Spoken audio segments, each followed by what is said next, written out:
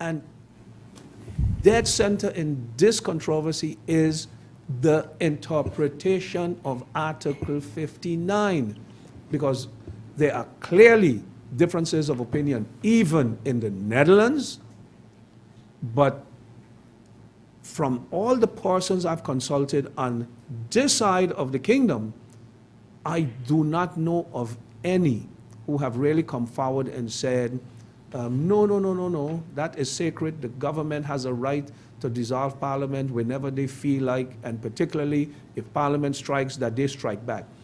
And I've said it, I think, before, and I can't remember what was in here, on the previous press briefing and whatnot.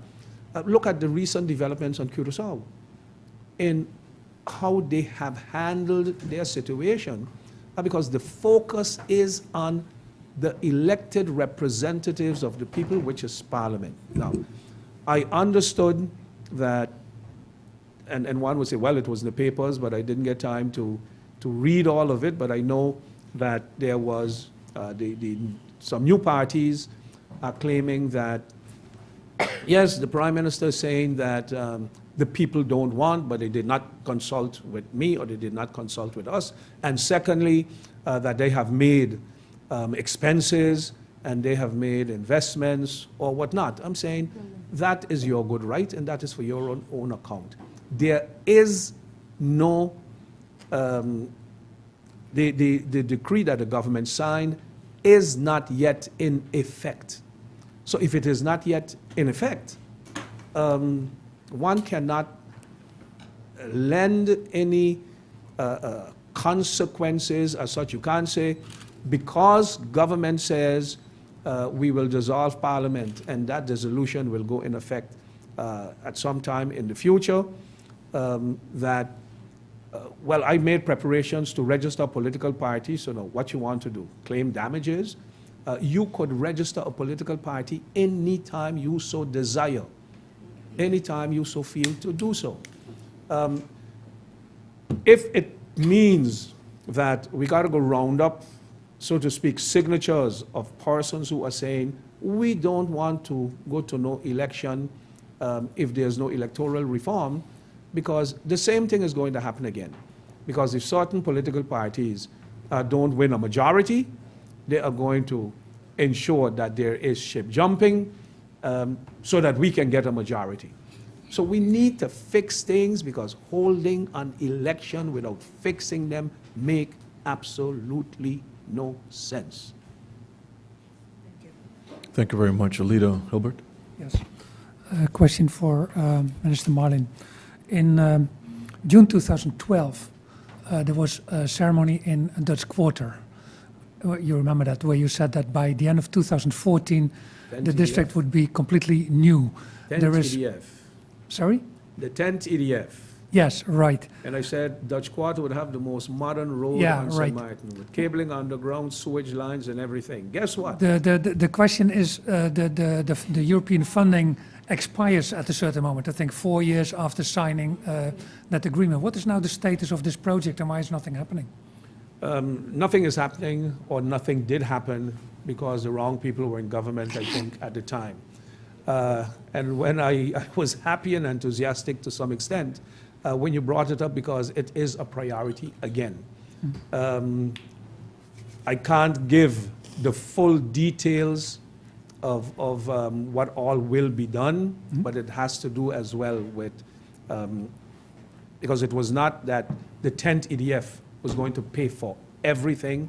St. Martin also has to make a contribution, and if you don't have a balanced budget, if you can't access the capital market for borrowing of funds, there's a limitation to what you can do. Secondly, funds have been borrowed. Government had borrowed money.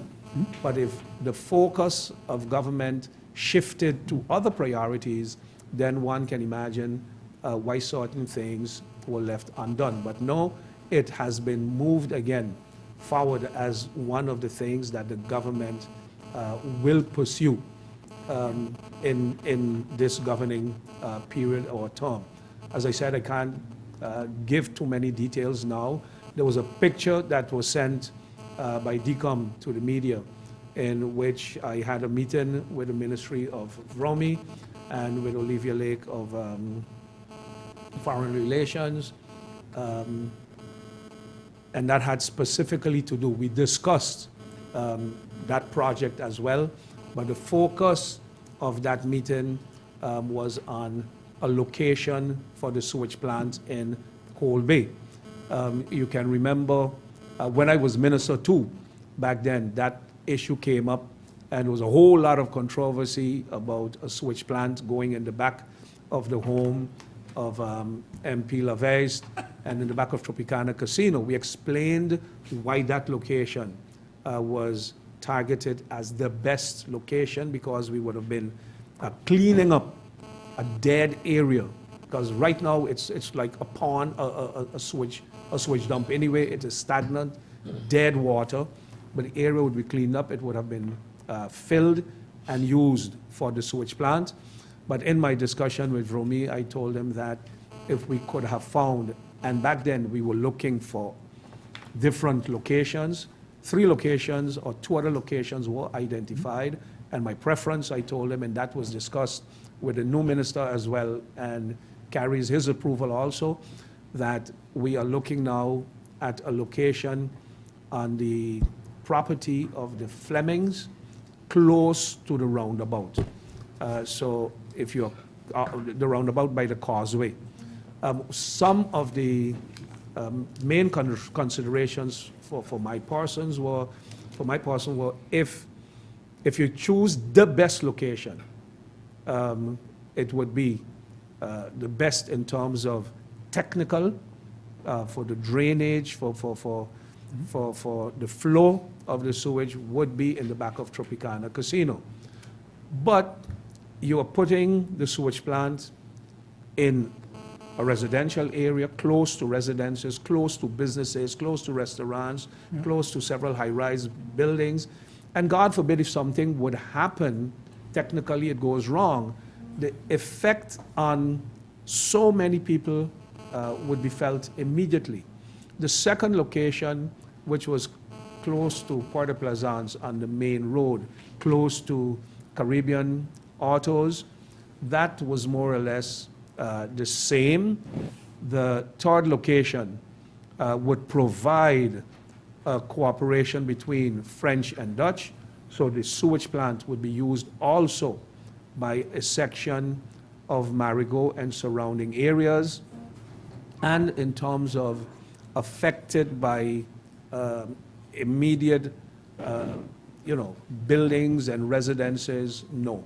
So it is for those reasons that we have chosen that area.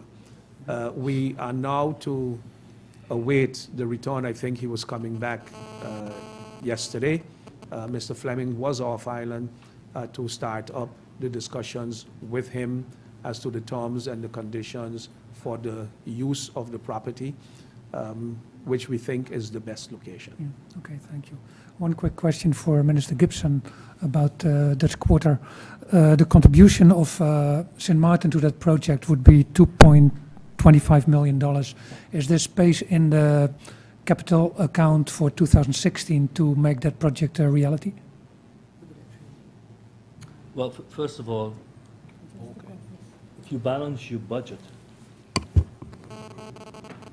it's a trigger mechanism for borrowings for capital expenditures in accordance with the interest norm as you find in the CFT law. And that trigger mechanism gives you access to substantial capital, although your actual realistic capacity is what would limit you, but not the absence of capital, because before you meet that interest norm ceiling, you probably have 120 or 150 million that you could borrow. Thank you.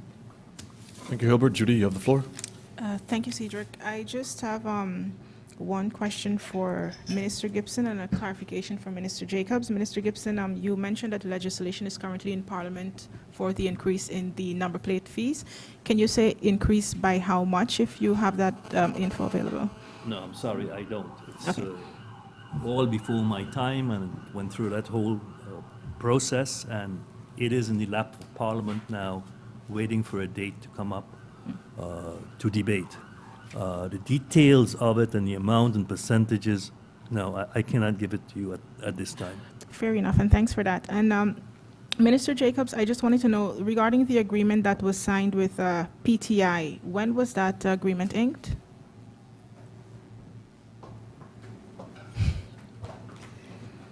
Thank you. A delegation traveled from the study financing department. I believe at the time the minister was unable to travel, and so they negotiated the MOU, which was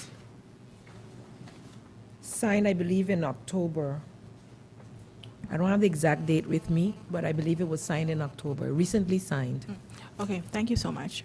Thank you for your questions, Judy. Andrew, you have the floor. Yes, question for Minister Arinel. The transportation policy, it's supposed to go to Parliament next year, or I don't know if it's there already. Can you give us an update on if you start to look at it, or if any changes will be made to the new transportation policy? Good morning. As I have indicated, I've been having meetings with the several department heads, and at this point, I didn't meet with the transportation department. In my cabinet, I have a person who is in charge with the transportation. He's gathering all the information, and by Friday, we will sit together and get together and see what needs to be handled and what measures needs to be taken. And once I have that information, I will bring it forward to the attention to the press and the media. Okay, and also on the airport, you said it's pretty early to say anything about it, Yes. but are you getting the cooperation of the board at the airport? For sure. Is it- The corporation with the, because we have two boards, the operating and the holding. the operating.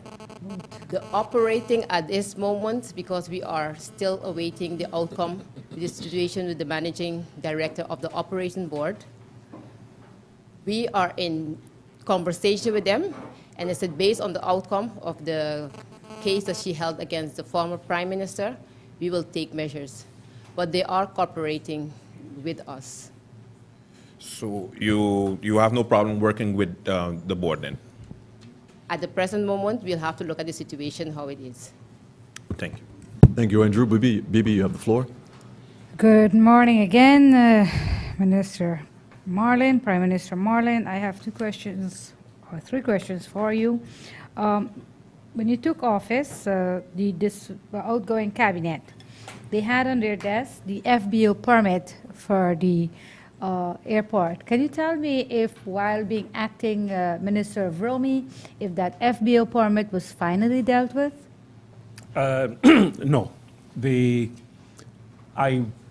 It was part of some of the documents that I had reviewed, as I indicated in the press briefing last week, that government had asked for an overview of all the decisions that were taken. And it is, I can't remember exactly if I got it from the list or not, but the documents pertaining to that and several others were found in the office. In reviewing them, but I think, yes, I reviewed the list, and on the list it said that it was not approved because government had requested a price estimate to be given, and I think the companies were given like 30 days to do so. Interestingly, the same companies that were requested to do so had already made one for the airport and had confirmed that in Parliament just a few days before the government had changed. So it is one of the issues that was discussed as late as yesterday, and in the course of either this week and no later than Tuesday, the decision will be taken. So far, the government sees no reason why not to to sign off on it. Because the only objection seemingly the former government had was they wanted to ensure that the price was government or the airport was paying a fair price for what they were getting. And from what was said in Parliament, apparently the estimate, the lowest bid was something like, I think, 400,000 guilders or dollars below what they had estimated it to be. So that they saw no reason why it should not be granted. My second question, again, pending prior to you taking office, was the appointment of the COO and CFO of GEBE. Latest development, CFO of GEBE has been suspended. The board of GEBE used Article 8.11 to appoint a temporary manager. Is there any decision on the appointments of these two board members for GEBE? No, not as yet. I have spoken to one of the board members yesterday, and I've spoken to them before that as well, and I said, well, it would probably speed up things if the board would submit, even if it's a new cover letter, and of course, maybe I can go in the administration and ask, but I have received no indication from the administration that they have been working on this. From what I have been told is that the board submitted a binding nomination to the former Prime Minister some 3 or 4 months ago, but that he has never taken action on it.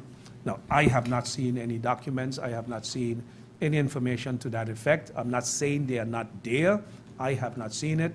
And I told them yesterday, probably the fastest way would be to just submit a new letter with copies of what was submitted before so that government can take a decision on this. As a member of parliament, you know that our faction has been very critical as to the developments that have been taking place in government companies, but particularly in GEBE, where there was a constant battle between the board, management, and government that has resulted even in court cases, some of them probably even ongoing now. And late yesterday, I was told that a decision was taken to suspend the CFO as well. The board has certain responsibilities and do not, in all their decision-making, have to get a directive from government. So if they have taken a decision based on their responsibilities, then it is what it is. Government cannot get into every detail of the management of companies, but it should not be so either that government has a vital institution like our electricity company, and the management is made up of a CEO, CFO, COO, and there are vacancies for 2 of the positions and now a suspension for the third one, leaving the company actually rudderless, so to speak. If there's an interim, it is what it is. It's an interim, and it is not the actual manager. So we will have discussions in the Council of Ministers soon to make sure that we move forward on these things so they are not left unresolved.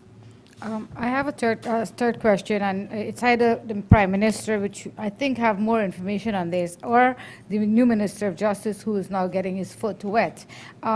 Prior to you leaving office in 2012-13, the government was working on an amendment of the Civil Code, which would allow the government of St. Martin to issue what we would call tourist license to French residents or people coming to the island to obtain maybe like a driver's license or whatever. Have we touched on that issue that you left pending? No, I have not, I do not know where it has gotten, how far it has reached, or if any decisions have been taken. I know that former Minister of Justice, Roland Duncan, had been looking into it. My proposal at the time was detach the driver's license from residency. But then, in discussing the issue, I think it was with Minister Gibson, informally, we were talking about it the other day, and he said, well, if you go that direction, you may end up finding yourself in the same dilemma, whereby if you give, because don't forget, the French side does not accept licenses issued in Sabre and Seychelles. So if a license is issued to somebody on St. Martin who is not a resident of St. Martin, the French side start, let's say, targeting these people, you're going to get a situation where somebody's going to tell you, yes, you give me a driver's license that I can't use, and I'm saying, well, that is not my responsibility. If somebody from the French side has a driver's license he obtained over here, and the French side doesn't want to accept it, but then why is he accepting the one issued to my brother and not the one issued to me? So it is at a stage where you need to take a second look at it. In addition to that, one of the problems that you have is in the United States, where undocumented people can get a driver's license and therefore claim some sort of legitimacy for being on the road and for driving, and use it sometimes as an ID because this is me, look, I have something with my picture on it. The question then is, with the many undocumented people on St. Martin, because that is too where some of the pressure comes from, where undocumented people who have been residing, some would prefer to use the word illegally on the island. The person who is here living illegally, undocumented, goes and gets his driver's license. He is living on St. Martin, but illegally, but has a driver's license given to him by the government. And it's like, how does that really work? Now, one can say, yes, it works in the United States, but we know there too the many problems that it has created, or problem situations that are created. So to say that the government has a firm position on it, no, I would not say so. To say that there's a piece of legislation that it's on its way to Parliament, that too I can't answer, not at this point. Can I have a follow-up on one other thing? Minister Marlin, can you tell us about the amendment of the civil code again when it comes to the misuse and abuse of the labor contract? This is something your government have been working for almost forever, and I don't think it has been finalized unless I'm wrong. Can you tell us where we are? It has not been finalized. The last thing I know about it was that the minister, the former government, and maybe I should say the former minister,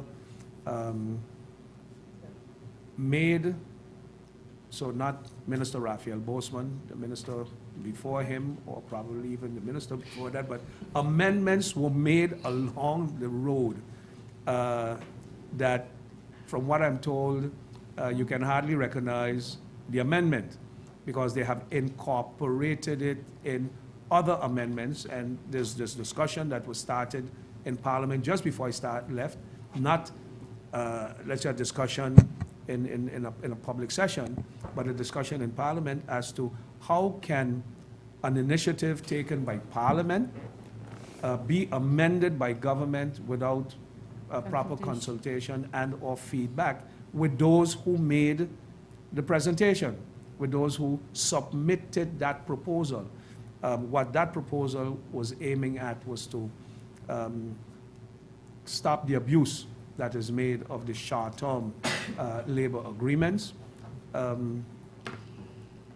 And from what we are made to understand, it has been changed and incorporated in all kind of other legislation that it sort of totally vanished as the legislation that was presented. So I think it was somewhere on its way to Parliament, but it's a matter now, I think, for the government to research and look as to where that is and what is happening to it. Because that is, needless to say, an important issue for this government to have finalized. Our society is made up of morals and values. What do we mean by morals and values? Morals are also called principles. Morals are habits with respect to right or wrong conduct. Morality is ultimately a personal compass of right and wrong. Values are standards or ideals. Values are important and lasting beliefs shared by the members of a culture about what is good or bad and desirable or undesirable. Values have major influence on a person's behavior and attitude and serve as broad guidelines in all situations. One important result of morals and values is integrity. Without morals and values, there can be no integrity. The word integrity is much used in our society of late. That is understandable, because integrity is one of the main building blocks of a well-functioning democracy. Without integrity, corruption can take hold of a community. Corruption is defined by Transparency International as the abuse of entrusted power for private gain. The gain can be either financial or non-financial. In a worst-case scenario, extreme corruption could lead to poverty and could be the cause of hardship. An impoverished community can quickly turn chaotic and unstable. This scenario should make it clear that the fight against corruption is necessary. More importantly, every one of us, as citizens, must take responsibility for this fight. We should all be concerned about the spread of corruption, which can be compared to a virus capable of crippling government, discrediting public institutions and private corporations, as well as having a devastating impact on the human rights of populations.